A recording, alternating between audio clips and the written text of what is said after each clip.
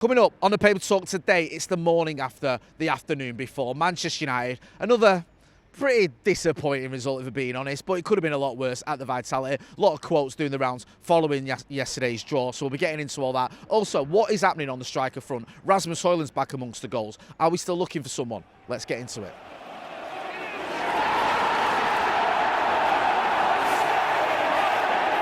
Jay here, Stretford, Paddock. This is the Paper Talk. As you can see, I'm outside Old Trafford and the weather is fine. You probably don't need any parkers. Loads of stories to get through. Before we do, though, make sure you are hitting like, share and subscribe. We want to get to 800,000 subscribers, and with your support, yes, you, we can get there. A lot of the stories this morning are focusing on the game yesterday. The quotes, the reaction to yesterday's draw at the Vitality Stadium. Rasmus Hojlund's late equaliser, giving the Reds a point, a much-needed point, to be honest with you, because I'm sick of losing football matches in the Premier League. But it's not exactly made a huge difference to United's season, though maybe, if I'm being optimistic, it can give us a little bit of positivity, the fact we were able to get a draw and get an equaliser going into Thursdays. It would have been demoralising to have another defeat, because we've had so many defeats in the Premier League. I think it's 15 already this season. We've got to stop that rot. Ruben Amorim had quite a few things to say about it, as you can imagine. He didn't get drawn on the red card. I've seen a few stories focusing on a tetchy interview. I don't think it was particularly tetchy. He just didn't want to comment on the red card. He says that whether he wins, loses or draws, he won't get into the red card. I think it was Evan Nielsen got sent off, obviously, in the second half. United playing against 10 men, which is a bit of a theme recently, isn't it? We played against 10 men against Lyon. I think Sociedad we played against 10 men. We tend to do all right against 10 men, but we can't do that every week, obviously.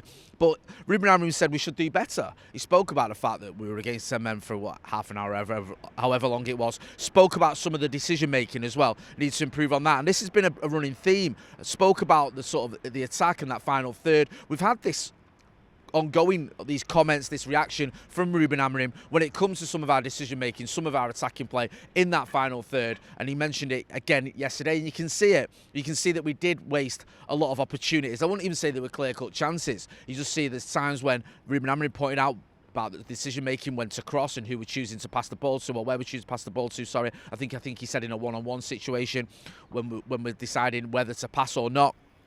It isn't good enough.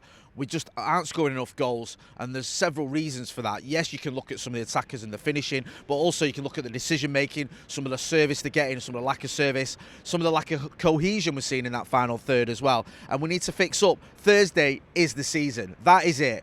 We have to. I know we've got two legs, so it's not just Thursday, it's the return leg as well, but we have to beat Athletic Club. If we go to Bilbao and we get beat heavily, or we don't give ourselves a fighting chance here at Old Trafford, or over the two legs we get knocked out of the Europa League, then there's nothing left to play for this season. We're not going to have European football next season. We're certainly not going to have Champions League football next season, and we're not going to have any silverware. And all you've got to look forward to is a battle for 14th, 13th in the table in the Premier League. Nothing to look forward to. It's all really there, is there? So it was also Bruno Fernandes who sort of echoed some of the thoughts of the manager as well. Bruno Fernandes asked the players, or says the players need to play with a little bit more anger.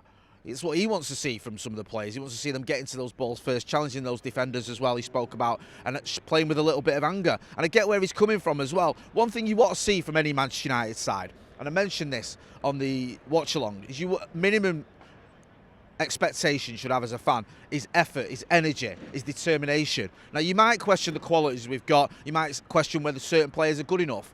And I think that's a fair question, because you're not sat in the bottom half of the table as Manchester United Football Club if all your players are the highest quality. But the minimum expectation should always be to show that enthusiasm, show that energy, to show that effort.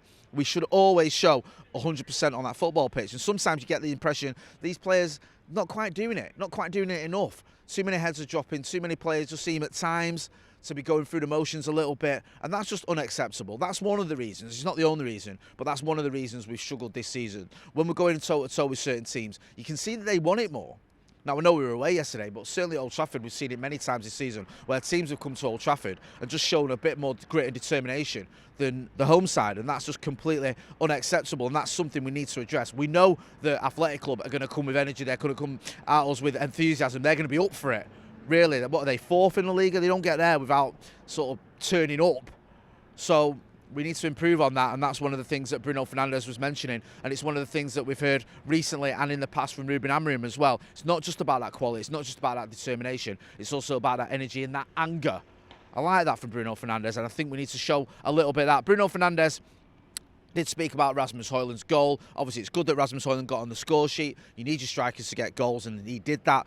I think it's his 4th Premier League goal this season. Not good enough. Let's not sugarcoat it. We all know that. But he's got a goal when we needed him to. He's got an equaliser, and hopefully, I think Bruno alluded to this as well, he can take that into Thursday's game against Athletic Club. We want Rasmus Hojlund to get his confidence back, to get his mojo back. He's looked a really deflated figure recently, hasn't he? His head keeps dropping. You can see it's getting to him a little bit. He's obviously getting frustrated with some of his teammates as well, with the lack of service he's getting. You want Rasmus Hojlund to be firing on all cylinders. There's a player there. We saw it last season. Is he good enough for Manchester United long term? We'll have to wait and see. But certainly this season, we need him, and we need him in the Europa League. You haven't got Chido Obi, who I thought did quite well in his cameo yesterday. You haven't got him as an option in the Europa League, so you need Rasmus Hojlund. You obviously haven't got Joshua Zirkzee as well. It is all about our Danish number 9, and we need him to start firing on all cylinders, and hopefully that goal at the Vitality Stadium can go some way to doing that. Talking of strikers as well, there's the usual suspects doing the rounds here. We're being linked still with Victor Osimhen. There's an opinion piece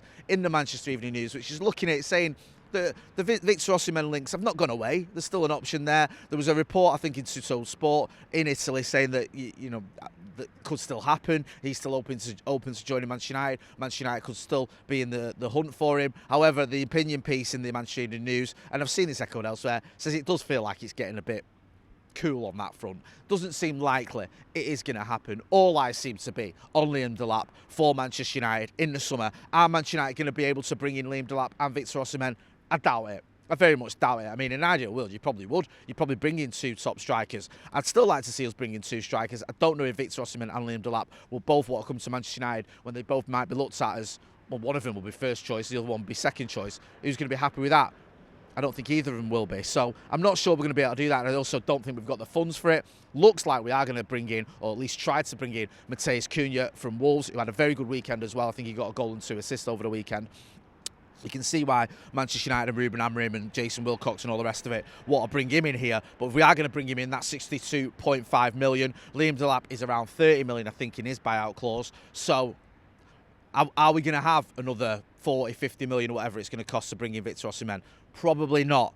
So I'm a little bit doubtful that we'll see Victor Osimhen in a Manchester United shirt anytime soon. We do need another strike, though, on top of the Liam Delap if we even get him. So I would like to see us go and try and bring in someone else. Maybe that is someone like Jonathan David from Lille, who is on a free. But again, you've still got those question marks around his wages. Can United afford to pay his wages? And also, is he going to be happy if he's going to be rotated or whatever with Liam Delap? Loads of issues there for Manchester United to look at and to fix, but we need more goals. As Ruben Amorim has spoken about, as Bruno Fernandes has spoken about, speaking about that final third, we need to show a bit more in that final third, and we need more players to do it because we are pretty threadbare. Even when everyone's fit, I think we're still lacking a little bit of quality, but certainly with the injuries we've got, still no Ahmad. Hopefully he can be back soon. Still no Joshua Zirkzee as well. I think he's out for pretty much the entire season, so we are lacking. And when you see Scott McTominay getting more goals for Napoli over the weekend, it is a little bit frustrating. I still get why we sold Scott McTominay. We needed that money to bring in Manuel Ugarte. They are different players. Scott McTominay's best position seems to be just off the striker. Was he going to play there for Manchester United consistently?